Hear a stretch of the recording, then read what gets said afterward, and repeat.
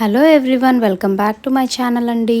ఇవాల్టి స్పెషల్ ఏంటి అంటే మనము విక్రమసింహపురి యూనివర్సిటీ నెల్లూరులో అందరికీ తెలిసినటువంటి యూనివర్సిటీకి అయితే వచ్చాము.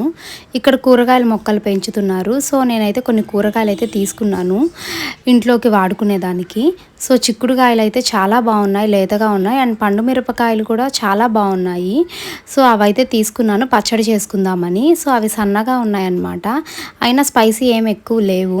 అండ్ వంకాయలు చిన్న చిన్నవి కోసుకున్నాను, మువ్వ వంకాయ చేద్దామని. And tomatoes కోసుకున్నాను. టొమాటోస్ కూడా కొంచెం సేపు బయట అలా పెట్టేసుకుంటే ఒక 2 days తర్వాత అవి పండుతాయి. అండ్ గోంగూర అండ్ ఇవైతే వాటర్ మెలన్స్. నేనేవో పిచ్చికాయలు అనుకున్నాను కానీ ఇవి వాటర్ మెలన్స్. నేనైతే ఫస్ట్ టైం ఇవి చూడటం అనమాట.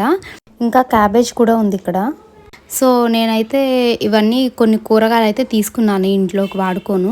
ఈ బెండకాయలు వచ్చేసి బెంగళూరు బెండకాయలు అంటారంట, రెడ్ కలర్ లో ఉంటాయి. ఇవి విత్తనాలకి పనికొస్తాయని చెప్పి తీసుకున్నాను. అండ్ నేను తీసుకున్న వెజిటేబుల్స్ అయితే ఇవ్వండి. సో నేను ఇవాళ పండు మిరపకాయల పచ్చడి అయితే చేయబోతున్నాను.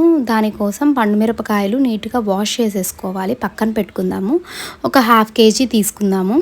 1/2 kgకి 150 grams చింతపండు ఉడకపెట్టుకొని పక్కన పెట్టుకోవాలి. దీనికి సరిపడా జీలకర్ర అంటే 3 spoons జీలకర్ర, 3 spoons ఆవాలు అండ్ 1 spoon మెంతులు. ఇవన్నీ డ్రై రోస్ట్ చేసుకొని పౌడర్ చేసుకొని పక్కన పెట్టుకోవాలి.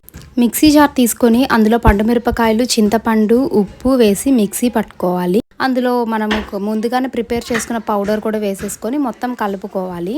అందులో కొంచెం ఇంగవ పొడి వేసుకుందాము. ఇవంతా నీట్గా మిక్సీలో మెత్తగా అయిపోయాక తాలింపు కోసము కొంచెం బాండల్లో నువ్వుల నూనె తీసేసుకుందాము. పోపు గింజలు వేసుకొని అందులో దంచిన తెల్లగడ్డలు, కరివేపాకు, మిక్సీ పట్టిన పండుమిరపకాయల పేస్ట్ వేసుకొని ఒక 10 to 15 minutes సిమ్లో మగ్గనివ్వాలి. అంతే, పండుమిరపకాయల పచ్చడి రెడీ అయిపోయింది. వేడి వేడి అన్నంలో నెయ్యి వేసుకొని ఈ పచ్చడి వేసుకొని తింటే చాలా బాగుంటుంది. సో మీరు కూడా ఒకసారి తప్పకుండా ట్రై చేయండి. నా వీడియో కనుక నచ్చితే please subscribe to my channel and like చేయండి, షేర్ చేయండి. Thank you.